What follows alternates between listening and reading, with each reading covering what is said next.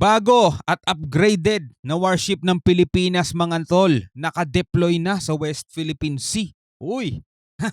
At Amerika hindi pumayag sa ninanais ng Thailand. Ano kaya yung ninanais ng Thailand na hindi pinayagan ng Amerika?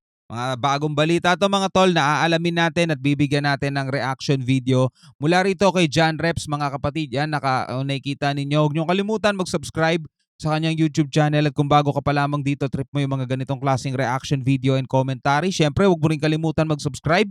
Click mo na rin ang notification bell para ma-notify ka whenever na may mga bago tayong reaction video tulad nito. So wag na natin patagalin pa. Panoorin na natin to mga tol.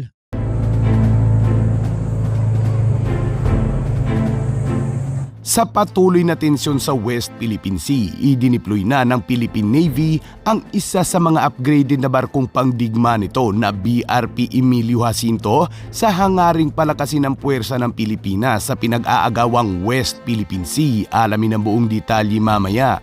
At Amerika tinanggihan ang Thailand sa kahilingan nitong makakuha ng bagong F-35 fighter jets dahil hindi pa umano sapat ang pasilidad ng Thailand para patakbuhin ang mga nasabing fighter jets. Pero ayon sa ilang ulat, ito ay dahil sa malapit na relasyon umano ng Thailand sa China at tahimik pagdating sa usapin sa West Philippine Sea. Kaya't para malaman ang buong detalye ay tumutok at makinig na mabuti. Bakit nga namin kayo bebentahan ng F-35 namin? Best friend kayo niyan. Diba? Mamaya gamitin nyo pa sa amin yun o kaya ibigay ninyo sa China yung ano niyan. I-reverse engineer lang nila yan. Gagayahin lang nila yan. Okay dito US. Ito mga Thailander, mga tol, mga mukhang Pilipino yung mga yan. Sa patuloy na paghahangad ng Thailand na makakuha ng ikalimang henerasyon ng F-35 fighter jets na gawa ng Amerika sa kabila ng pahayag ng Amerika noong nakaraang taon na nakasaad na ang bansa sa Thailand ay hindi pa handang patakbuhin ang mga modernong fighter aircraft. Tulad ng iniulat ng lokal na media ng Thailand, sinabi ng pinuno ng Royal Thai Air Force na si Ponpakdi Patanakol na ang militar ay nagsumiti ng kahilingan para sa paparating na taon ng budget upang makuha ang pinakabagong fighter aircraft para sa Air Force ng bansa.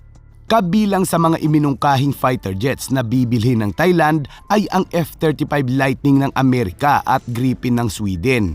Ang pagsasama ng F-35 sa listahan ng mga iminungkahing aircraft para sa Thailand ay muling nagpapatibay sa pagpupursige ng bansa sa pagsasakatuparan ng pangarap nitong makuha ang ikalimang henerasyong fighter jets mula sa Estados Unidos. Humigit kumulang isang taon na matapos unang tanggihan ng Amerika ang pagnanais ng Thailand para sa F-35 fighter jets. Ang Thailand ay nananatiling nakatuon pa rin sa ngayon sa pagkuha ng mga ito.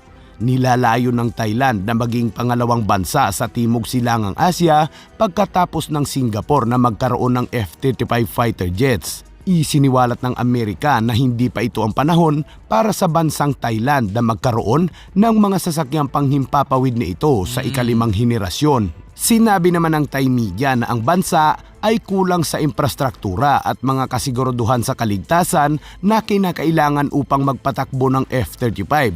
Kabilang dito ang mga seguridad ng airbase na tatanggap ng F-35, pagpapanatili, mga piloto at mga tripulante na kasangkot sa pagpapatakbo ng nasabing sasakyang panghimpapawid. Bilang kahalili, ang Estados Unidos ay nag-alok ng iba pang mga fighter jet sa Thailand bilang mga pamalit sa kagustuhan nitong F-35. Ang Amerika ay nagmungkahi ng pinakabagong mga variant o mas upgraded na F-16 Block 70 at gayon din ang F-15 na posibleng variant ng EX bilang mga opsyon para sa Thailand. May mga haka-haka na maaring isaalang-alang na lang ng Thailand ang alok ng Amerika na pinakabagong variant ng F-16 Block 70 kasunod ng pagtanggi nito sa mga pagsisikap nitong makuha ang F-35 fighter jets mula sa Estados Unidos. Ayon din sa ilang mga eksperto, ang pagtanggi ng Amerika sa ninanais ng Thailand ay ang patuloy na malapit na relasyon nito sa China at sa sunod-sunod na mga military joint exercise kasama ang China. Kabilang sa mga joint exercise ng Thailand at China ay ang depensa sa dagat at pakikipaglaban sa himpapawid at isa na nga dito ang dogfighting. Malabo nga talaga, 'di ba? Kung isa yon sa mga dahilan, malamang sinasabi ng mga eksperto, ito yung dahilan dahil sobrang malapit pala ang Thailand sa China. So hindi malabong mangyari na kapag binigay nila yung F-35, within a year, magkakaroon ng sariling F-35 tong China. Pag-unlad ng Thai Air Force, ang plano ay sumasaklaw sa mga estratehiya para sa pagkuha ng mga bagong fighter jets upang palitan ang humigit kumulang 40 na mga matatandang F-16 nito na nakatagdang igdekomisyon sa taong 2028. Bukod sa mga F-16, ang Thailand ay nagpapatakbo rin ng 12 Gripen fighter jets mula Sweden. Lahat ng 12 Gripen fighter jets ng Thailand ay pinapatakbo sa isang airbase sa Surat Thani sa katimugang bahagi ng bansa. Nakuha ng Thailand ang 12 Gripen fighter jets na binuo ng Saab Group mula Sweden noong taong 2011 kahit na ang isa sa mga sasakyang panghimpapawid dito ay bumagsak sa isang airshow sa Hatyay ilang taon na ang nakararaan. Sa ngayon ay patuloy na nakikipagnegosasyon ang Thailand sa Amerika kahit nauna nang sinabi ng Amerika na hindi ito magbebenta sa kanila. Tila walang tiwala ang Amerika sa Thailand dahil sa mga ipinapakita nito. Pagdating naman sa usapin sa South China Sea at sa West Philippine Sea ay tahimik ang Thailand. Hindi tulad ng Indonesia, India, Malaysia, Taiwan at Pilipinas na patuloy na nagpapalakas upang labanan ang mga bantang pananakop ng ibang bansa. Samantala, handa na ang mga paano nga naman sila kikibo? Kaibigan nila ang kakaibigan nila ang China. O di ba si Digong dati tahimik din diyan? Di ba? puwersang panghimpapawid ng South Korea, Japan at Australia kasama ang mga bombers ng Amerika para sa isasagawang multinational exercise at isa na sa mga pagsasanay na ito ay ang pag-airstrike sa mga lugar ng kalaban. At sa ibang balita naman, sa hangaring palakasin ang puwersa ng Pilipinas sa pinag-aagawang West Philippine Sea, ipinadala ng Philippine Navy ang BRP Emilio Jacinto PS-35 na isa sa mga upgraded patrol vessel nito. Ang nangungunang barko ng Jacinto class ay itinalaga kamakailan sa Naval Forces West sa Palawan at binigyan ng send-off ceremony sa Captain Salvo Pierre Naval Base sa Sangli Point sa Cavite noong Martes. Pinangasiwaan ni Offshore Combat Force Commander Commodore Edward A.K. Disagon ang seremonya para sa 712 toneladang barkong pangdigma na ito. Sinabi ng Philippine Navy na palalakasin ng Jacinto ang mga pagsisikap na pangalagaan ang maritime domain at mga interes sa western frontier ng bansa, kasunod ng pagkumpleto ng malawakang pagkumpuni, pagpapanatili at pag-upgrade ng 42 taong gulang na barko. Ayon kay Commodore Disagon, sa patuloy na umuusok na tensyon sa West Philippine Sea at sa ating mga estratehikong interes sa rehiyon ay lalong nagiging mahalaga. Idiniin ni Disagon na ang presensya ng BRP Emilio Jacinto PS-35 ay magsisilbing paalala sa lahat ng mga ngahas na humamon. Ang ating soberanya na tayo ay maninindigan, handa, magbabantay, pagtibayin ang dedikasyon sa marangal na layunin kung saan ang PS-35 ay maglalayag upang ipagtanggol ang ating bansa at proteksyonan ang ating maritime na interest. Galing.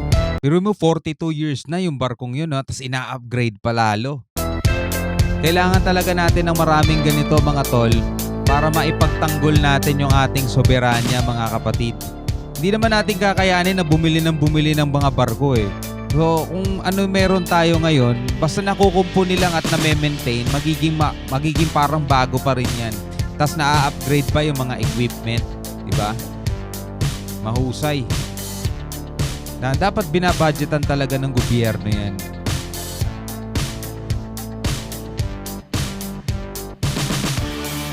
Na-excite ako makita mga tol pagdating ng panahon.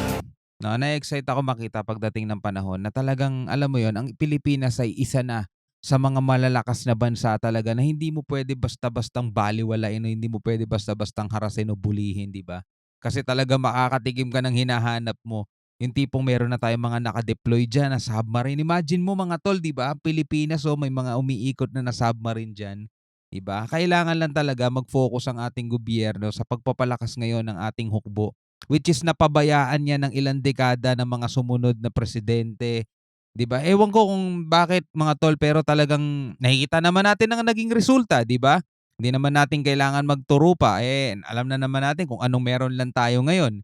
After ng napakahabang panahon, yung mga kapitbahay nating bansa, nagsi-anuhan na, nagsi-improve na lahat kung ano man yung meron sila kahit yung mga bansang mas maliit pa sa atin. May mga sarili silang submarine, may mga sarili silang pagawaan ng barko, 'di ba? Tayo wala, oh, 'di ba? Oh, makikita mo bang nag-improve doon ang Pilipinas? Ikaw bilang isang Pilipino, ano masasabi mo dito sa video na panood natin mga kapatid? Pwede kang magbigay ng komento sa ibaba o maghayag ng iyong saloobin. Maraming maraming salamat sa panonood hanggang sa muli. Ako nga pala si Shobal D. Peace out.